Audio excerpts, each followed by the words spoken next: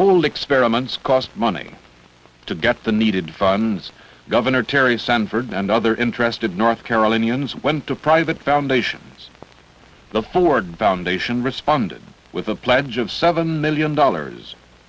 From sources in the state itself, the Zachary Smith Reynolds and Mary Reynolds Babcock Foundations came another $2.5 million.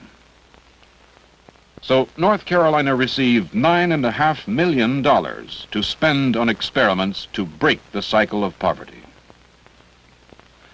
An action program doesn't begin with money alone. It has to have people to make the decisions and more people to do the work. Governor Sanford and other early planners chartered a non-profit firm called the North Carolina Fund Incorporated. Then they named a board of directors.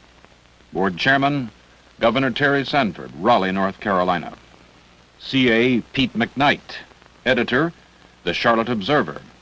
Wallace Murchison, Wilmington attorney. Hargrove Bowles, Jr., Greensboro businessman and politician. J. Gerald Cohen, Asheville banker.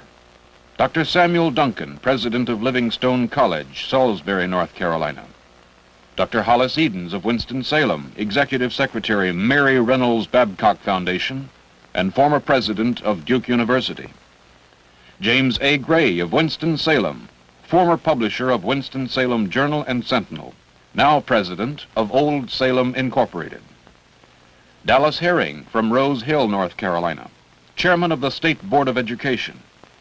Mrs. B.C. Parker, professional educator of Albemarle. Mrs. H. Frank Forsyth, Winston-Salem civic leader. John H. Wheeler, Durham banker.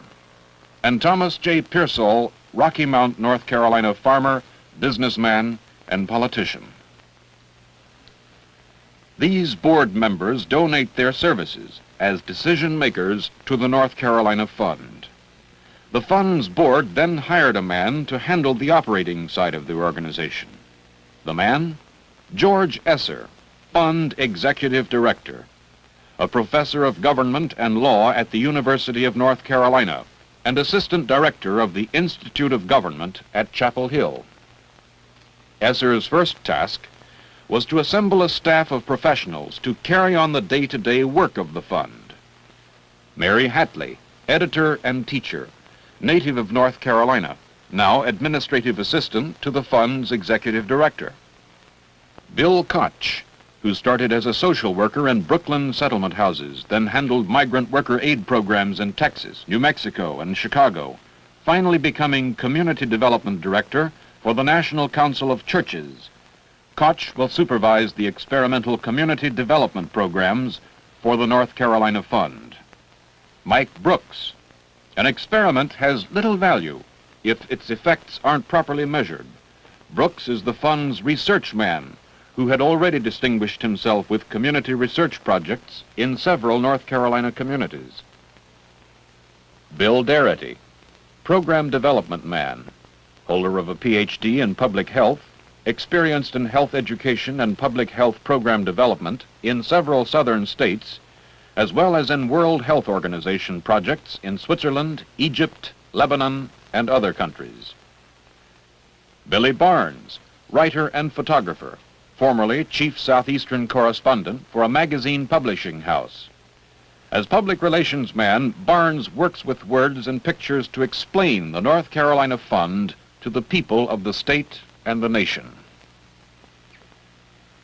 With a professional staff, a board of policymakers, and the foundation money, the fund began planning its assault on poverty in North Carolina. When all the proposals were in, the fund's professional staff literally rolled up their sleeves for a special 3-day work session to analyze the 51 documents. First, the proposals were examined to see if they met criteria originally outlined by the fund when it asked for proposals. The fund staff examined, re-examined, discussed, and rediscussed the proposals and the criteria and systems for rating the proposals. Then the staff members wrote a summary of each proposal to go into the briefcases of board members and staff members as they worked their way through North Carolina on an unusual series of trips. Trips that the fund men came to call on-site visits. As a part of the process of getting the 51 community proposals narrowed down to the 10 most promising ones, a team of fund men visited each of the 51 communities between mid-February and mid-March. The teams, with members alternating from trip to trip, met with community action committees in 2 and sometimes 3 communities per day. Often, as many as 3 teams were out visiting at the same time. In meeting after meeting, the board members explained the fund's hopes and plans to the people. North Carolina Fund, as you know, is a non-profit corporation organized at the instance of our governor some 12 months ago for the purpose of attacking this tremendous problem, which we gave the name of the cycle of poverty. Some people don't like the name, I think primarily because it sounds too bad, but it's a fact, and I think the choice of the phrase was good because it speaks exactly to the point. Our decisions will be based on various criteria. For instance, on the content of the proposals. Is the proposal feasible? Is it practical? Does it get at the problems? Is it a broad program covering many areas? Is it creatively experimental, or is it just a rehash or an extension of things that are already being done? Is it actually supported by the community? Does it bring existing resources into play? Can it be carried on after fund support is necessarily withdrawn? The only people that we really hope to do anything with are the children. Now, the children are the key to this thing. Starting with the preschool child, you mentioned the preschool child mother, but something ought to be done for the preschool child, especially coming out of a family where nobody knows how to read or write. The kid who goes to the first grade without ever having seen anybody read or write. The fund men didn't do all the talking. Most of the time, they listened to the thoughts and ideas of hundreds of North Carolinians disturbed by the poverty around them. We have just entirely too many families that do not have all of the necessities of life. We have in Harney County some 17,579 housing units. Those without flush toilets, almost 40%. Number of baths or showers, 43%. More than one person per room, we have almost 20%, or a fifth of our people with more than one person per room. 3-room house with 11 people, with 3 families in this one house. The mother, 2 daughters with their children was living in this house. 11 children in a 3-room house, and the floors were subfloors. They hadn't been completed. Some of them, with, they say crack, the cracks, you know, seen as subfloors. And some of the children couldn't go to school because they didn't have any shoes. Poverty, in my understanding of it, is based a lot on discrimination. Discrimination is based a lot on segregation.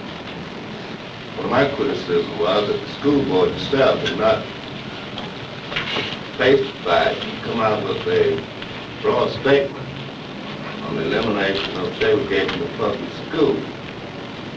Now, it seems to me that where this fund can do us so much good is in this area, because, you know, the pattern of human behavior is such that first you're reluctant to do something, and then you accept it, and then you embrace it.